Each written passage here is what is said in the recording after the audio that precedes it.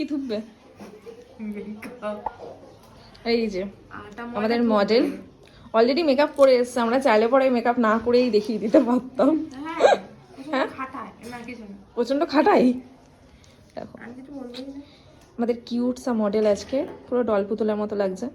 ও দেখতেও ডল পুতুলের মতো, ড্রেসটাও ডল পুতুলের মতো। আমার ড্রেসের তারিফ আমি নিজেই করে দিলাম।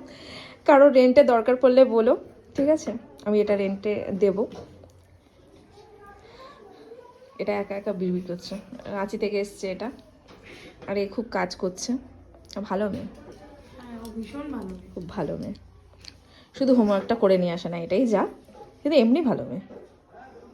যত বাজে আমি যত নষ্ট ও নিজেটা নিজেই বলে দিয়েছে, তাই আর কিছু বলতেই হলো না, আমার খাটতেই হলো না। আমি কিছু বলবো না, মুখ খুললেই সত্যি কথা। ও জানে কোনটা সত্যি। বাহ, চলো।